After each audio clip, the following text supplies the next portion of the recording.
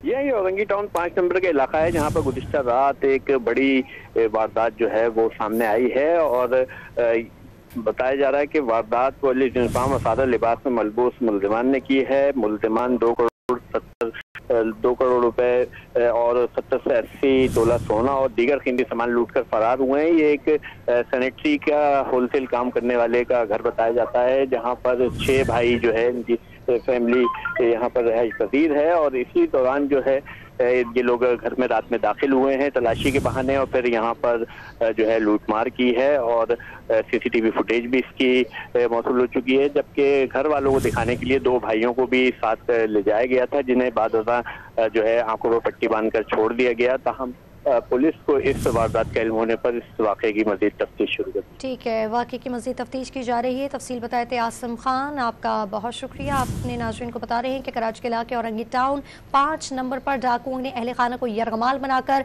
2 करोड़ रुपए और 80 तोला सोना और दीगर कीमती सामान जो है वो डाकू लूट कर बासानी फरार हो गए हैं। फुटेज भी मंजर आम पर आ गई है। पुलिस की जानिब से अब तक कोई कार्रवाई अमल में नहीं लाई गई है।